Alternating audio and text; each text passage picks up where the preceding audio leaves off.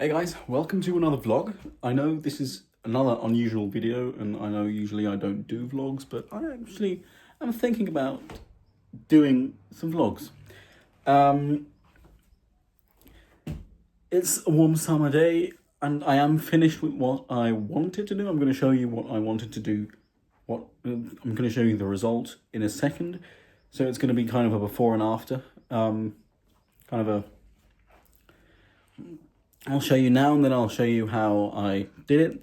And yeah. And I'm re-recording this because I actually messed it up the first time and I only realized when I started editing. So yeah, here we go. So this is what I actually wanted to do. So this is kind of a...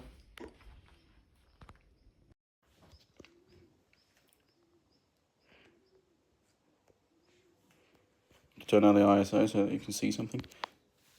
Throw this away.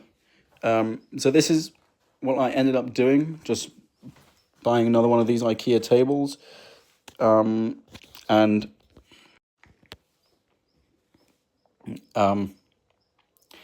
setting up all the minifigs. I am not finished with collecting the minifigs. I am also kind of thinking about rearranging them. But yeah. So this is my clone army and this is my droid army.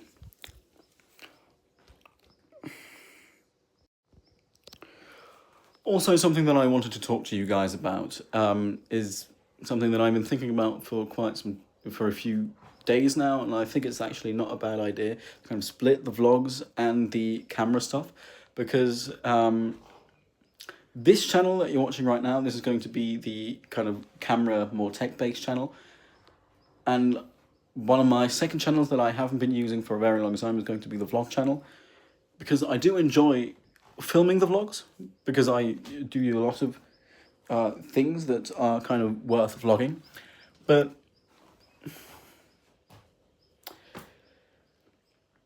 the things that are kind of worth vlogging, I don't want to do in English. I want to do it in German. So the vlogging channel is going to be in German, while this channel is going to remain in English. And something that I forgot to mention just now is that this is also kind of a Q&A. So while I am building the Lego that I ordered, which is another 501st battle pack, and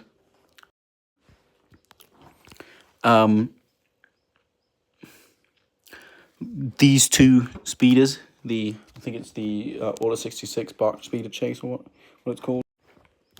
I'm going to be answering some questions that a friend of mine kind of set for me, because I asked you guys if you had some questions for a Q&A, and no one responded to that. So if you do want to stay tuned for some future Q&A stuff, you can...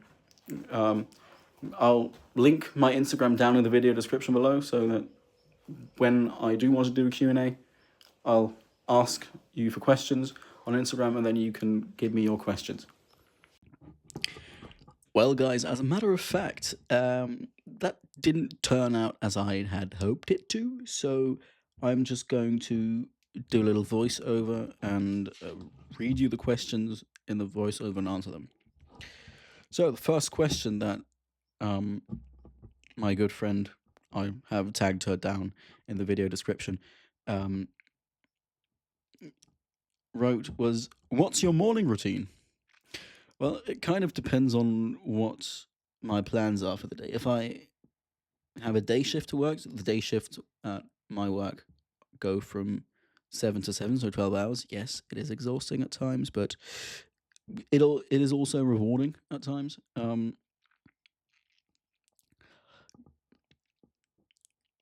of depends on the time that I wake up. So usually I wake up if I have to work, I wake up at 5 o'clock.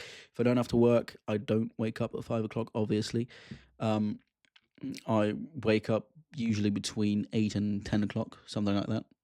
I like sleeping in, but I'm usually not big at sleeping in like my cousin, who I think his record of sleeping in is like 3 or 4 p.m. So yeah, my usual morning routine, if I have to walk a dog, I do that right after getting dressed, then breakfast, then going to the bathroom, brushing my teeth, toilet, and so on and so forth. Then usually if I have to go to work, I go to work. On work days, I usually don't take the dog for a walk. So usually on work days, my alarm sound goes off, which is kind of kind of a hilarious alarm sound. Hey, wake your ass up. Let's go. It's race time. And then I get dressed, eat breakfast in my own room because when I wake up at 5 o'clock, my father usually wakes up too if I go into the kitchen and make myself something there. So I have a fridge in my room. Yeah, kind of cool. And then, as I said, I eat breakfast, then I go to the toilet. Usually I make sure that I do a good job there because, well, day shifts are 12 hours long and it can get exhausting. You don't always get a break. Yeah. What do you do for a living is the second question. That is the next thing that I would have actually talked about. I work as an EMT. I'm a trained emergency medical technician from Germany. The German name for that is called Rettungssanitäter. I work on a basic life support ambulance. So the difference between a basic life support ambulance and an advanced life support ambulance is that the basic life support ambulance transports patients from A to B. Like when they've had a surgery done at the hospital and they're ready to be taken home, they're ready to be discharged, we put them on our stretcher or put them on like a chair with wheels that we can also use to carry them up a flight of stairs, which kind of could be exhausting depending on the size and weight of the patient. Yeah, we also take people to appointments if they can't take a taxi. If they need oxygen, for example, that's another reason why they can't take a taxi, because we have oxygen on board, a taxi doesn't. Yeah. Then the advanced life support ambulance is the classic ambulance that you see on the streets that goes to multi-vehicle crashes, that goes to motor vehicle crashes, that goes to heart attacks, strokes, and so on and so forth. So the ones that actually race down your streets with lights and sirens blaring and kind of have more fun than we do on the basic life support ambulance. But hey, still, it's still fun. And I also would prefer the basic life support ambulance over a desk job. Yeah. What's been the funniest or craziest call you've been on at work? Kind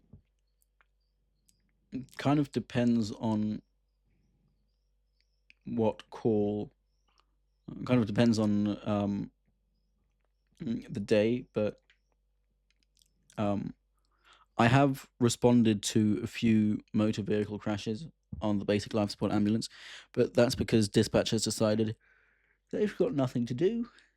Or in one case, it was actually their their shift ends in 15 minutes. We can give them another crash so that we can make their day. It was a Sunday. It was a late shift on a Sunday, so actually that did make my day. That's actually one of those calls that I would love to do overtime for. But hey, kind of the craziest calls, the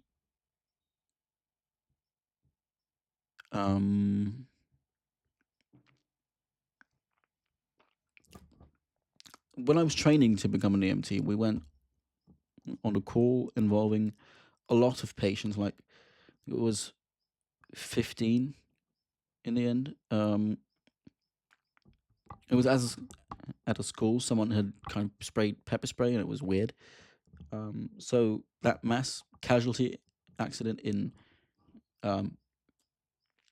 with an asterisk was crazy. In the end, the volunteer department from the German Red Cross came to take over because those patients that were actually there, they weren't critically injured. They could be transported by the transport division of the volunteer side of EMS. But the amount of emergency vehicles that were there, cops were there, basically the entirety of EMS. The incident response commander of EMS, the Organisatorische Leiter vom Rettungsdienst, the OGL, responded. The chief emergency physician responded. It was crazy. The fire department responded. As I said, it was crazy. Is there a call that you're scared about going on? I'm not entirely sure if I'm scared about going on that call, because that is a call that I wish no one to go on, but a failed resuscitation, that's the call that I am scared about going on. Well, it's a mixture of scared, and I have a lot of respect for it. I haven't had a resuscitation yet as a call. Obviously, I've practiced a lot. In training, you practice resuscitating someone for hours and hours on end, maybe even days on end.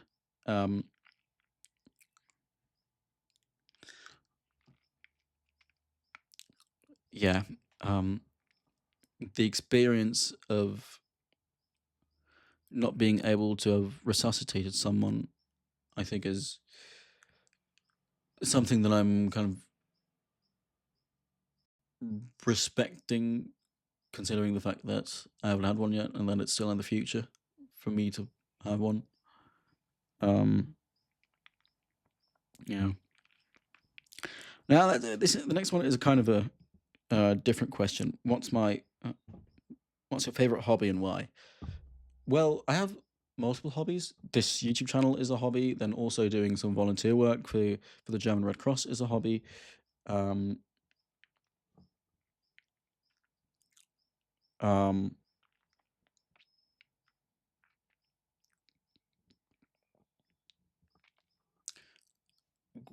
So I sing in a choir. So a bit of music too. Those are my main hobbies. And considering the fact that I work 36 to 48 hour weeks, so 3 or 4 days in a week where I work 12-hour shifts, the rest of the days are just crazy, I think is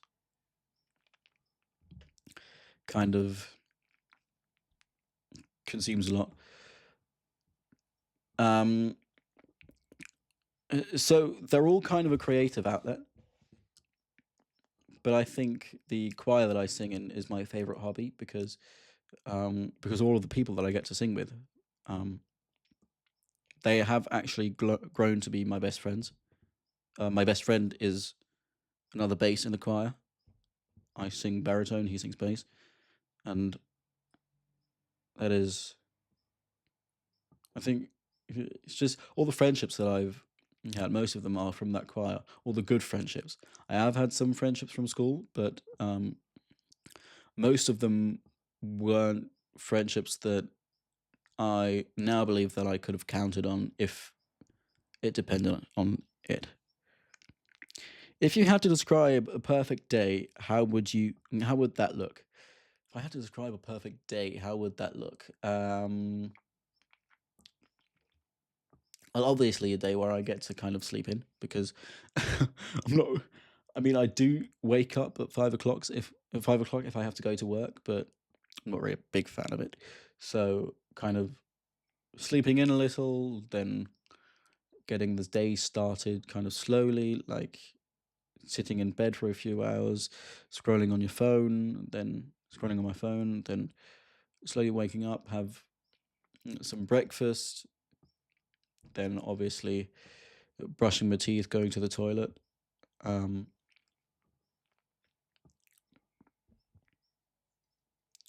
If I can, meet some friends. If not, do something creative for the channel. If I have time for that, which is not often.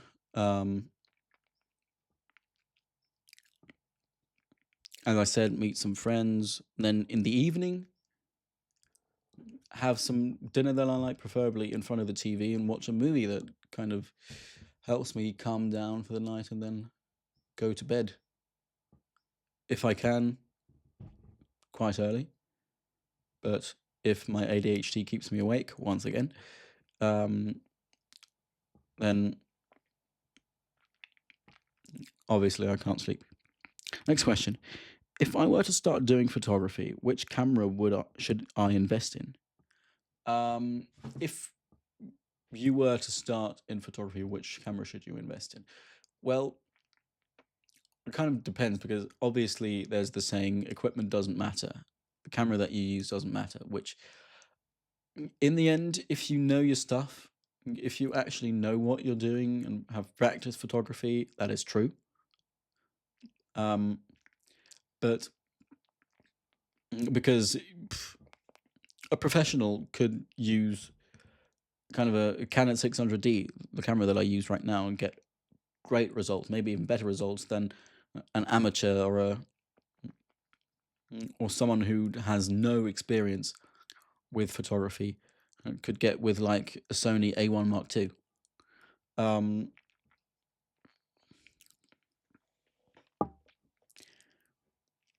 So yeah, I think kind of depends on your budget.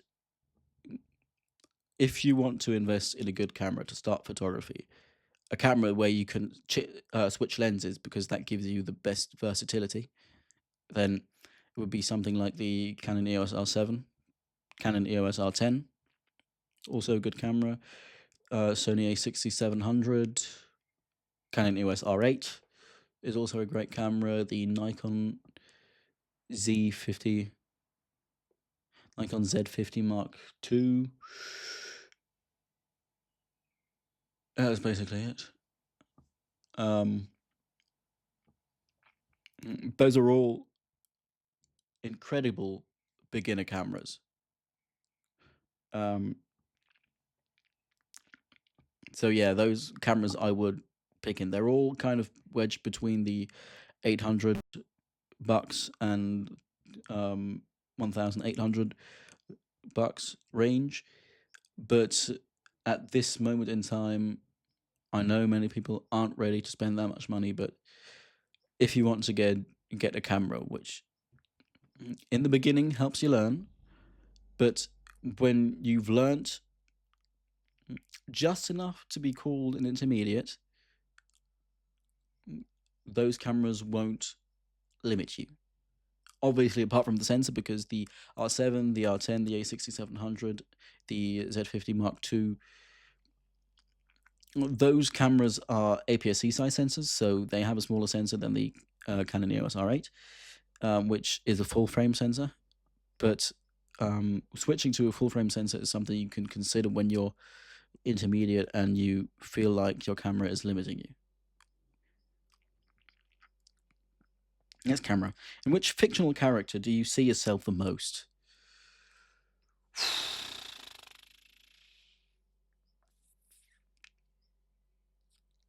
Kind of Anakin Skywalker, because I believe that he is understood. He has a lot of rage. He has had a very depressing and very infuriating past, which makes the rage understandable, in my eyes.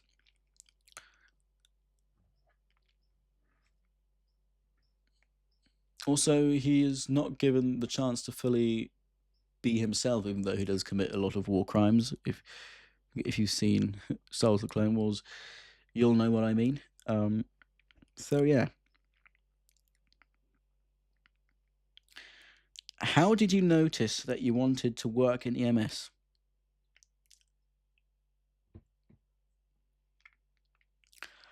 I started watching the TV show Station 19, which kind of piqued my interest for the emergency medical department. But in the end, starting volunteer work with the German Red Cross enhanced that interest. And then now I'm a fully trained EMT, technically with a driver's license. Well, not technically, practically with a driver's license to be technically allowed to drive the advanced life support ambulance, but something I'm waiting on. And I just love this work. I think it's interesting. It's worth my time. So yeah. Next question. What is the biggest pro and what is the biggest con when working in EMS? The biggest pro when working in EMS is you get, after working a long shift with a lot to do, you get this feeling of exhaustion. But it's not the kind of exhaustion where you think, this day was so exhausting because I had so much to do. You get the feeling of exhaustion because it was a day of you realizing this is the best thing. This is today I was reminded of why I do this job. That's basically the realization of the exhaustion that you get. The biggest con of working in EMS is that you're kind of can't talk. Kind of you're predisposed for mental illness because a lot of what you see is bad and depressing, sad and depressing. But it's always important to remember that when something like that has happened, you need to talk to someone. Talk to your colleagues after the call. Talk to people, obviously, with thinking of patient's privacy. So don't disclose any patient information that could reveal who the patient was, what they had, because they might not want that. The only person who is allowed to tell other people what's going on without having to ask another person for permission is the patient themselves, because it's information about themselves. So yeah. So again, the biggest con in working in EMS is that you're predisposed to mental illness because of the things you see on the street. So it's always good to have a good therapist. That is funny because you could say, hark who's talking, I don't have a therapist anymore. But yeah.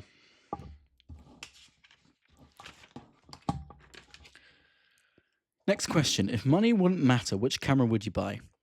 Sony A1 Mark II with the 28-70 f2, the 50 to 150 f2, and the 16-35 f2.8 Mark II by Sony. If money wouldn't matter, what would you do for a living? This. Exactly this. I'd be doing this with a bit of volunteer work on the side. I'd be doing some vlogs. I'd be doing camera work, doing short films, and I'd be living the best life that I could possibly live. So yeah. Do you see yourself one day working outside of EMS? Yes and no. A dream of mine still is to become a paramedic. So do the 3 years of training to become the paramedic, the what Germans call the Notfallsanitäter. That is what I would desperately like to do, because EMS is a field that is very interesting, that I love working in, and I want to kind of expand my knowledge horizon. But I could also see myself doing this full time if it ever came to that. Because this is also very fun. I like the creative process. I like talking to you guys, and making videos that kind of inform you, that also kind of entertain you, and yeah. One fun fact about you.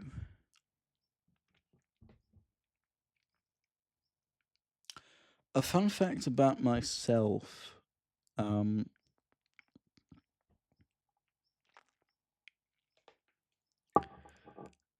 Apart from myself being a theatre kid, which is kind of obvious, I think the fun fact about myself is that I can beatbox, which I've been doing for the past, I think, 8 years, 9 years, something like that. I'm not like on the pro level where I can do sounds with, kind of replace a synthesizer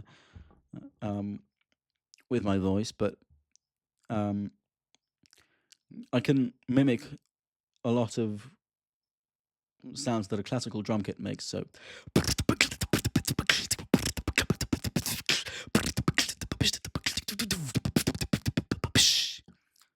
those are the sounds that I can make. Not all of them, obviously, and that was very quick, very fast paced. So yes.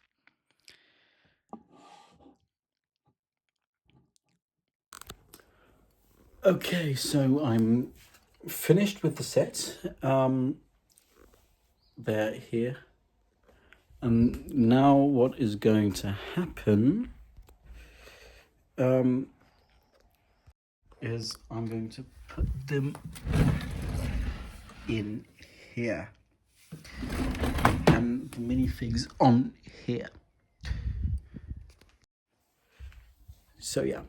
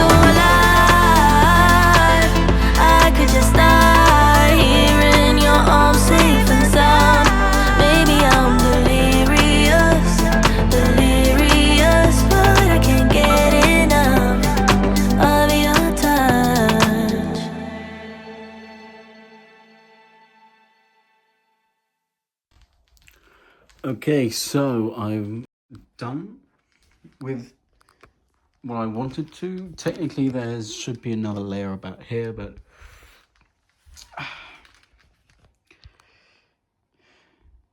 couldn't bring myself to do it because it's a lot more work than I thought it would be. So, and I don't have much time because it's evening and, well, I'm tired. So this is all of it so far. Also, a lot more down here. Let me show you with a bit more light.